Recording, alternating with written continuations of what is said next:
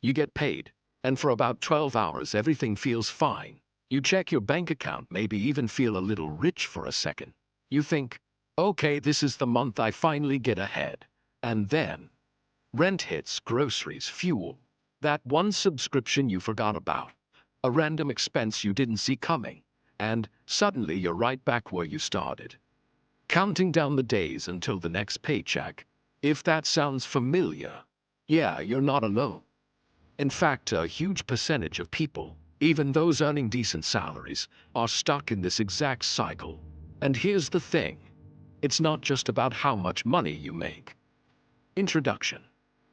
My name is Alex, and I spend way too much time thinking about how people build wealth and why so many don't. If you're someone who feels like your income disappears the moment it hits your account, make sure to hit the subscribe button and give this video a thumbs up if this helps you out. Look, today I'm going to walk you through a 6-step system that's designed to break you out of the paycheck-to-paycheck trap. Not with vague advice like just save more or spend less, but with a system, something you can actually follow. Step 1.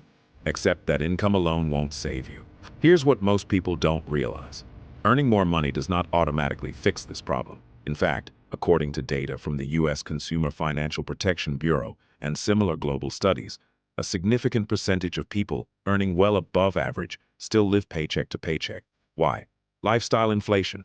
You make more, so you spend more. It's like running on a treadmill that speeds up every time you do. Let me give you a simple example. Let's say you earn 30,000 rupees a month. You spend 29,000 rupees. You get a raise. Now you earn 50,000 rupees. But instead of fixing your situation, your expenses rise to 48,000 rupees. You feel richer, but you're still stuck. This is where psychology kicks in. We tend to anchor our lifestyle to our income. It's subconscious. You feel like you deserve better things because you're earning more. And honestly, that makes sense, but it also keeps you trapped. So, step 1 is this. You have to separate income from lifestyle, not completely, but intentionally. Step 2, track money like it's a business. This might sound boring, but it's probably the most important step.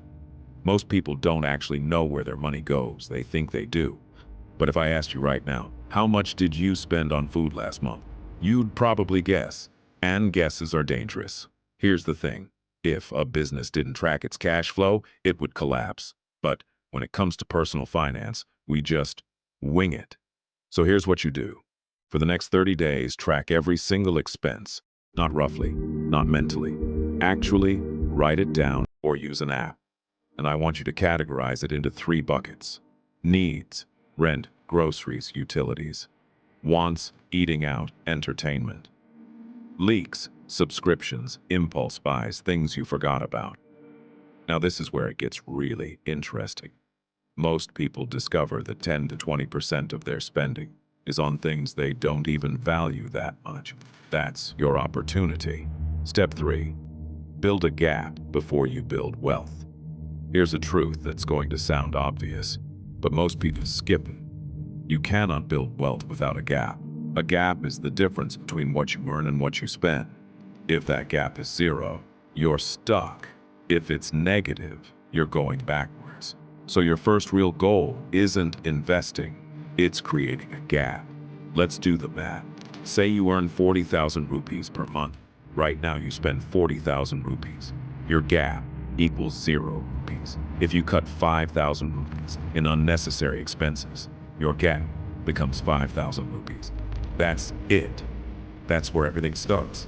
Now you might be thinking, okay, but I already feel like I'm not spending much. And that might be true.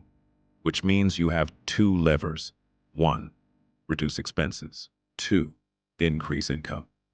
But here's the key insight. You only need to do one of these slightly to create momentum. Even a 2,000 rupees gap changes everything.